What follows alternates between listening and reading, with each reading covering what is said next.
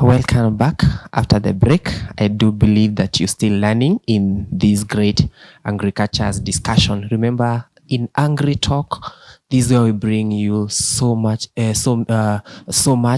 concerning agriculture and how you can better your farming. Remember that I've always been telling you, as a farmer, you need to embrace some of the methods that will help you increase and improve production in your farms. Remember, we as Boresha Ukulima team, we do believe a lot in you as a farmer increasing your production right at your farms. And on top of that, we are still moving on with our discussion with Mr. Kirui. Yes, and he is telling us about farm management. We've been able to see what we are referring to farm management. We've seen its importance with a farm manager and all that. And in this last section, we're going to focus more on a person who will be a good farm manager, who can be a good farm manager. And we've begun by saying that everybody can be a farm manager. No matter you are keeping 2 chicken, you have 1 cow, 2 goats, or a rabbit, you also are a farmer. And you need to keep your records. And records are not only important in farming, also in other places. Maybe you have an agribusiness, like you do sell eggs, smoky. Those are people who are in the field of farming. They also need to keep records. You need to keep records, how many smokies, how many eggs do you sell and all that. Now we are bringing in the sales records. So it's very important when it comes to farm management. For you to understand, you need to keep records. You need to keep track on that, so that even you can even defend yourself. It acts as a security. In case you are questioned, you can always bring forth the document because you have every information. Now, and remember, before we went for a break, I had asked you a question, and what kind of records do you keep? And I'll be telling you some of our farmers what they have been telling me and all that. And on top of that, Mr. Kirui, tell our farmers who can be a good farmer. What are those qualities? Well, thank you, Ken. Yes. Like we have said before in the discussion, that everybody can be a farm manager, or you must. As I said before, that this one is a commandment. It is divine. It is from God. I said you read the book of Genesis, chapter number 1, verses number 28, 29. And that will tell you that you need to be a manager of the resources. In other words, we are shepherds, and we must keep track of the resources that we use. So, what makes a difference between a manager and a good manager are the qualities that I want to talk about. So, 1, a good farm manager must have command of what I can call the basic facts. Basic facts here include the goals, the objectives, supplies. Those are the basic facts. Supplies, customers. As a manager, you must know your clients. Who are your clients? You have laborers, you have customers that come to buy, or you take your produce and sell to them. So you must have a good command. Every manager, when you enter into an office, sit down and ask yourself, what are the goals of this farm? Even if nobody gives you, but okay, fortunately, in many farms, you are given the objectives. So if there are no objectives and you're going to be a manager, you sit down and you draw which goals, which objectives you must meet. There are such things like a long term and short term. So that is one of the quality.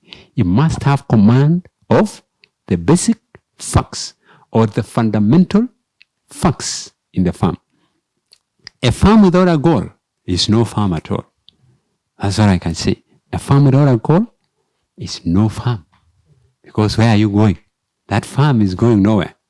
Yes. So you must reestablish. So any other farmer who is watching, without goals out there, I don't know what we are doing, because we will always be doing the same thing over and over again, expecting different results and seeing other farmers making a difference in their lives, and we ourselves are not making. The difference is that we have not sat down and draw a goal or an objective of that farm. You know, when you have an objective, it is that objective that pulls you to put strategies down so that you can get to that point you want. Yeah, but if you are not seeing anything, then you will not get anything. Yes, it's like a vision. If you are not seeing, if you don't have any vision, you are not going to get anything. You don't know where you're going. Yeah, you don't know where you're going. Another thing is that a good farm manager must have the relevant professional training or knowledge, the skills in that field. You know, in this country, everybody is a farmer, or many people are farmers. You can get an engineer farming. You can get a doctor farming. You can get any other person doing farming. Sure. But, you know, look at those people. Agriculture in this country is really I can say, a beating stage, because in many cases, you don't even employ the services of a professional. So a good farm manager must be professionally trained. Like you can. You graduated with a degree in horticulture. You know, you are a farm manager. Yes, I am. Yes. Get to any agricultural farm and you are a manager. You know, you have knowledge specifically in that field. And many times in this country, we take people as managers who don't have the professional knowledge and will mess up our farms, will mess up our investments. There was a student in our university who graduated. I believe she graduated with you.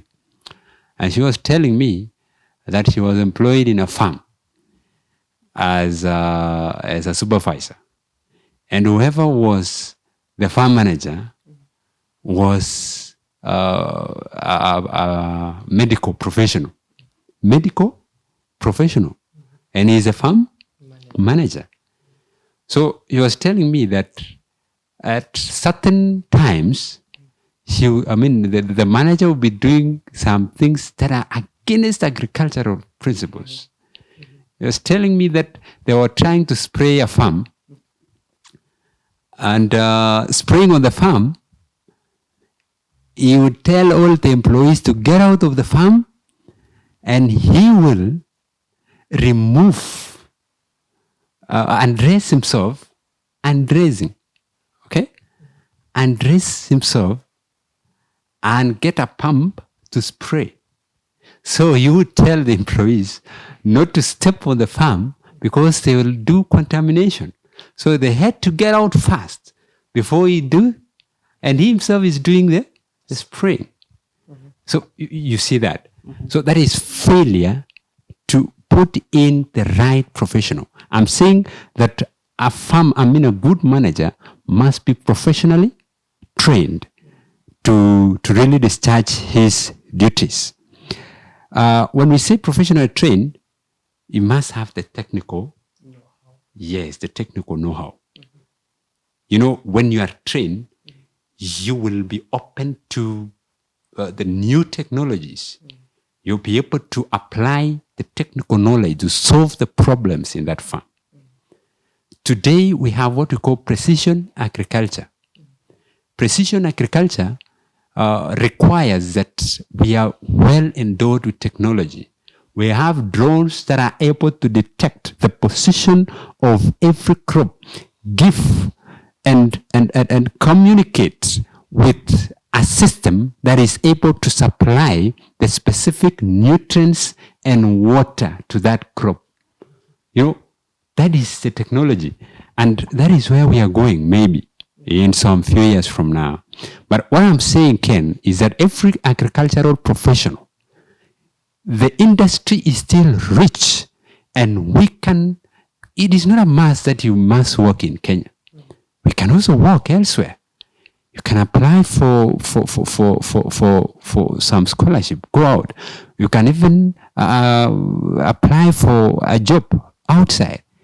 Like Ken, I want you to be very aggressive. Maybe I'll not be surprised 5 years down the line, you may be calling me and telling me that I'm a manager of some company in the US, an horticultural company. So I'm saying you must have the relevant professional knowledge. A good farm manager must have also the continuing sensitivity to events. Continuing sensitivity to events. You know, in any farm, there are certain things like I can call this hard information. We have hard information and we have soft information.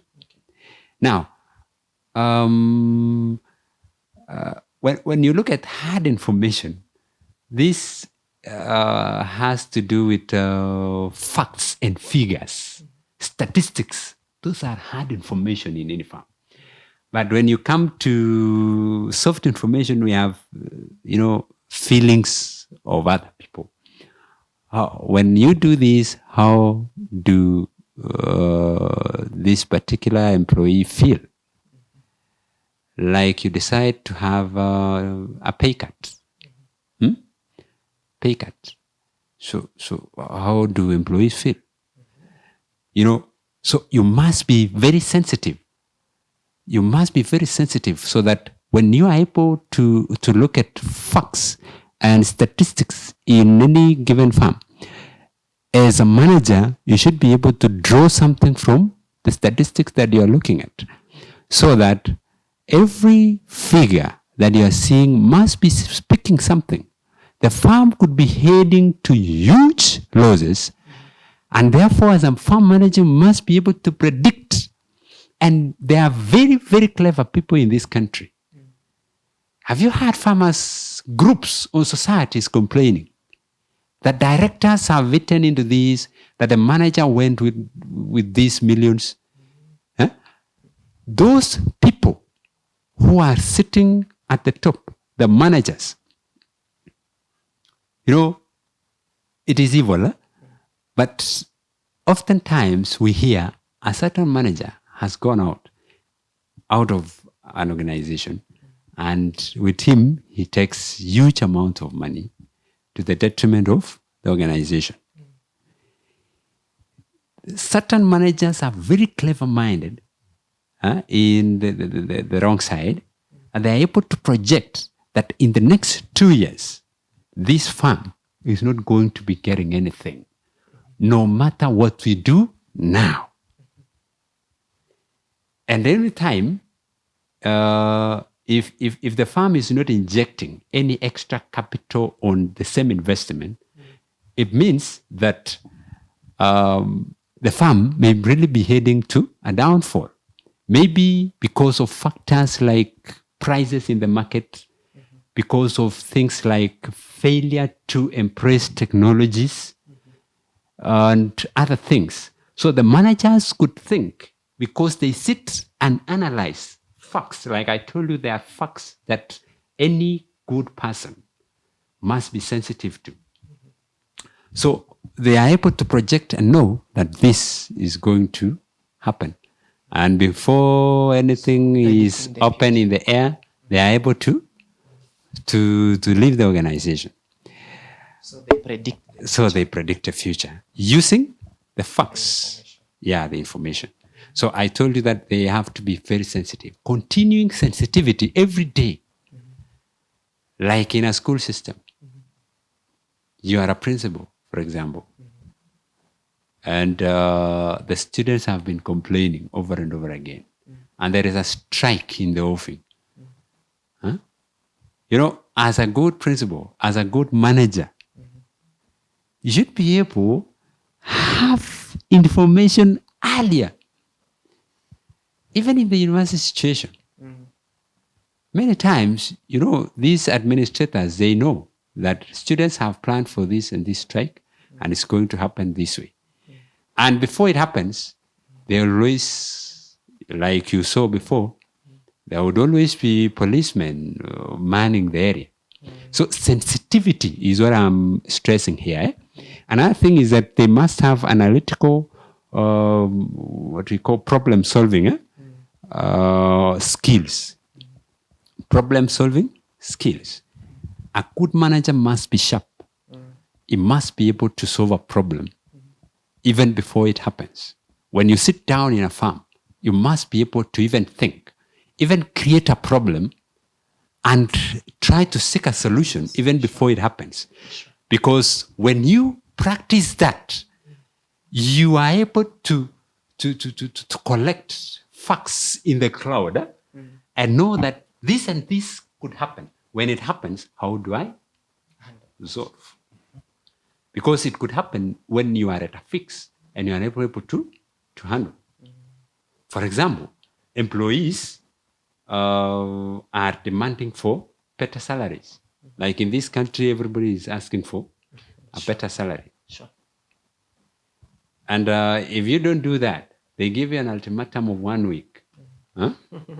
One week. Failure to which, they are going to down their tools. Sure. And everybody is doing that in this country. Sure. We also do that in the national level. And as a good manager, you are able to project that and say, and know what you are going to do before that happens. So problem-solving skills or analytical skills that will enable you to analyze a situation and make a decision regarding that kind of situation. You also must have social skills and abilities. Yeah, because one definition of management is getting things done through other people. So a good farm manager must have social skills. What we can say interpersonal skills. Interpersonal skills. You are the manager. You are faced with a lot of things every day. You are faced with a lot of decisions every day. The whole organization is like banking on you to run. And because of that, you must know to handle everybody. You must know to do things through others. And it depends on how you handle others, what will happen next. If you don't handle people well, if you are this kind of manager who keeps harassing people, people will turn against you. And when they turn against you, nothing will be going on in that farm. So you must have the social skills, interpersonal skills to be able to manage people. Okay. Maybe I tell you the last one. There are a lot of things. But good farm manager must also have the emotional resilience. Emotional resilience. Why? Because everything you do in the farm has a deadline. And at times, our operations do not match the time limit that you've been given. In most cases, we are not going to beat the deadlines. In few cases, we do as managers. So when we don't beat the deadlines, what will happen to the management? I mean, the ones who own the farms, they'll give us problems. Sure. There are issues to do with employees that you must handle. There are issues to do with machines that you must handle. So a manager must have the emotional resilience. Resilience in the sense that you are able to judge and take in everything and be able to make a decision even in the middle of a storm. You are able to drive in a rough terrain, and yet you maintain focus. So emotional resilience, it means that you are able to stand up even when things are bad. You must speak and you must maintain focus. That is why most managers resign. You ever had a manager resigning? Sure, a lot. Yes. A lot of cases. And why? Because they are at the center of every decision they're found. So, even when you are sleeping in the night, you think, what will happen tomorrow? What happens? You don't even have a nice sleep because you are really the decision maker of everyone. You decide what happens. So you must have the resilience. You really must have a good heart, a big heart to contain everybody. There are even employees that are fighting. You must be able to judge and bring a neutral ground that will enable them to work together without that grudge. Okay. Yes. And because I am seeing that my director is alerting me that time is moving on. All right. And in fact, it's true.